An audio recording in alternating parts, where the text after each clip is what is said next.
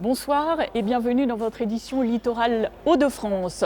Une édition depuis la compagnie La Machine à Nantes, là où se construit le dragon pour la ville de Calais. Un début de journal en noir et blanc car les couleurs du dragon sont un secret d'État. Et pour débuter, je vous emmène au cœur du chantier, à quelques semaines de la naissance de la bête.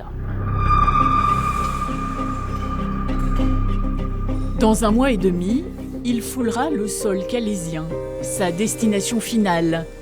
De métal, de bois ou de cuir, le dragon des mers, 72 tonnes, plus que jamais, objet de toutes les attentions au sein de la compagnie La Machine.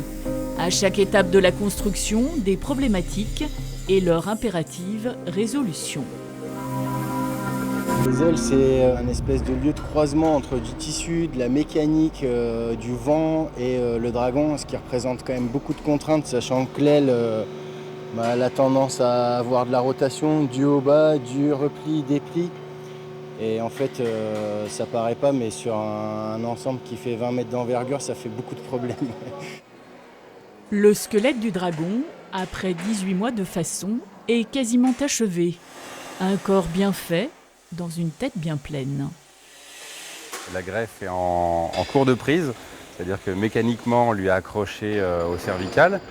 Et aujourd'hui, mon travail d'aujourd'hui, moi, ça va être justement de faire des connexions des différents fluides qui vont lui permettre de s'exprimer par des effets.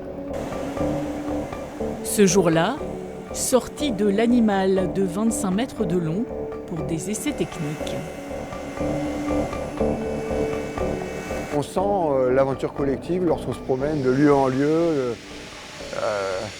Je pense que c'est plus on va assembler le dragon, moins l'idée d'aventure collective apparaîtra, et plus le dragon, lui, deviendra un objet visible, une entité en fait, une entité vivante.